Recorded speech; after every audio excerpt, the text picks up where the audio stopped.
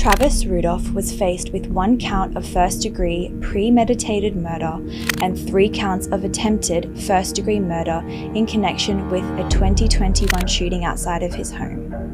This was an example of how female lies almost cost a man his whole life in prison. Imagine this: you're a famous football player, you're successful, you have a girlfriend. That girlfriend finds out that you've been speaking to other women.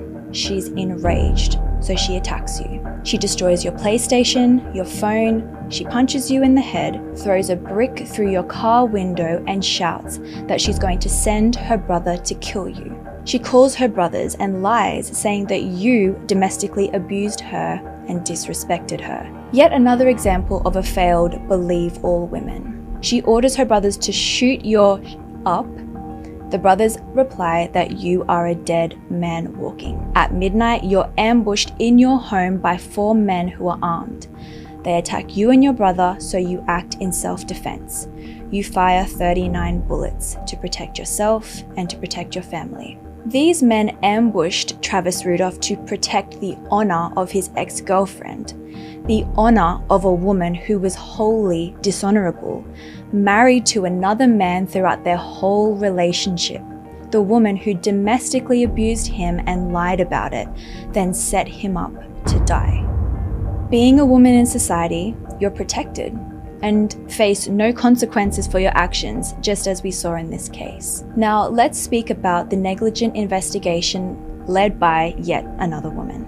Under Florida law, you can claim self-defense. Pursuant to the statute, the self-defense claim is intended to excuse you from a violent act that was reasonably necessary to stop another person from an imminent act of unlawful force against you. Upon investigating the case, law enforcement officers have the authority to say, "We believe you were acting in self-defense, so we won't pursue charges against you." So I asked myself, why didn't this happen here, given that the circumstances were so clear?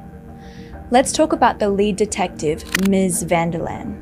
After only working 3 years in the homicide team, she was promoted to lead detective. Now, usually when somebody is promoted due to experience, seniority, and capability, they're given that senior position. So can someone explain to me, why was it that this woman orchestrated such a negligent investigation given her position? Perhaps it was to fulfill some equity and diversity quota, making sure that a woman had a senior role in the department, regardless of their merit. Let's look at what she did, or more like what she failed to do. She conducted 2 10-minute interviews in the whole investigation. No official interview ever took place, and the interviews that did had no official recording. There was a lack of questioning about communication between the 4 suspects, text messages, phone calls. How is it that these men knew where to go, and why was it that they were going there? Why did these events ensue the way that they did? Now, we're always hearing about female intuition in society, that women have a sixth sense, that we have a heightened emotional intelligence. So why is it, given her high emotional intelligence, that this woman carried out such a negligent investigation, not taking into account key facts? Dominique, the ex-girlfriend, admitted to her that she had deleted the text messages that read that Travis is a dead man walking. She tampered with evidence in a homicide case.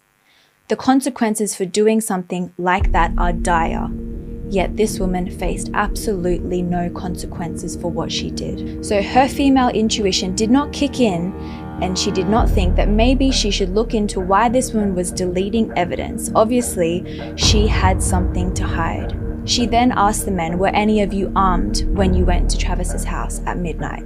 They all denied it. So naturally, she believed them. Later on, the police dog found a gun belonging to one of the men. It turns out perhaps the police dog had better intuition than the woman. So why was she lead detective? Was fulfilling the equity and diversity quota more important than ensuring a homicide investigation was carried out correctly and that the wrong man wasn't facing charges? Now, we all know this notion of believe all women. Dominique, the ex-girlfriend, alleged that her ex-boyfriend had body slammed her to the ground twice. Now think about it.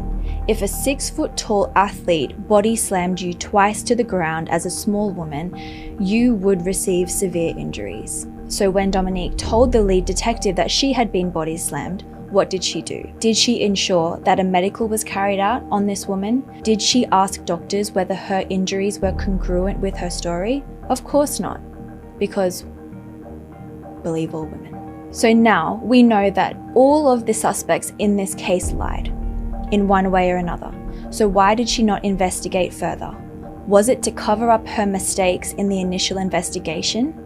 This seems like a complete lack of accountability and taking responsibility for her negligence to me. I believe that Miss van der Laan was completely inexperienced and was absolutely not up to this job. Now, I guess you're asking yourself, could they sue law enforcement for negligent investigations? It's highly unlikely, as there would have to be gross negligence or misconduct on the part of law enforcement, which is extremely hard to prove here, and it wouldn't be worth the cost of the legal fees for Mr. Rudolph. But again, another example of a lack of accountability for the actions of females.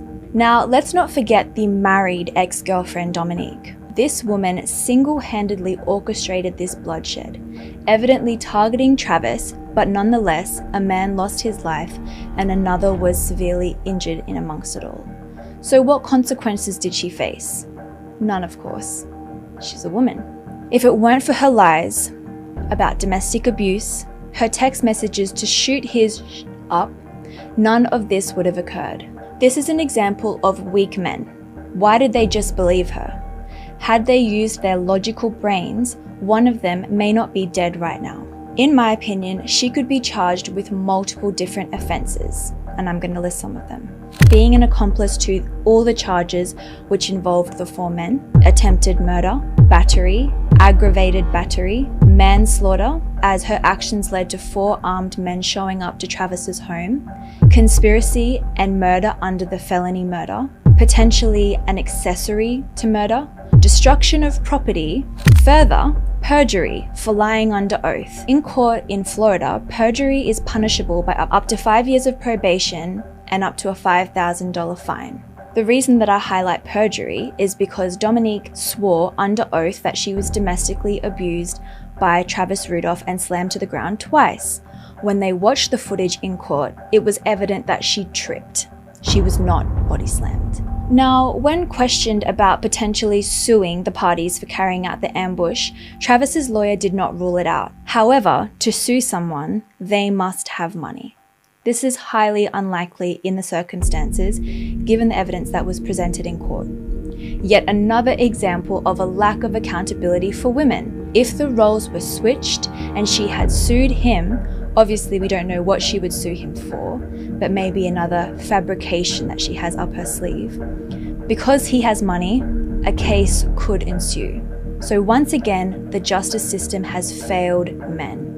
Yes, he was acquitted. Yes, he was found not guilty of all the charges by the jury, but this does not mean that his life was not ruined. He faced tremendous public embarrassment, lost opportunities in his career, spent 2 years on house arrest, unable to play football in his prime years, many sleepless nights over the 2 years where he was not sure if he'd spend the rest of his life in jail, let alone his legal fees. Given the caliber of his lawyer, those legal fees could be up to $500,000. Had he not been acquitted, he could have faced the equivalent of 4 life sentences. Imagine having that hanging over your head for 2 years. I believe that Dominique, the ex-girlfriend, should have faced the charges Travis faced and should be spending the equivalent of 4 life sentences in jail. But of course not. With female privilege in society, we are unlikely to ever see her facing the consequences of her actions.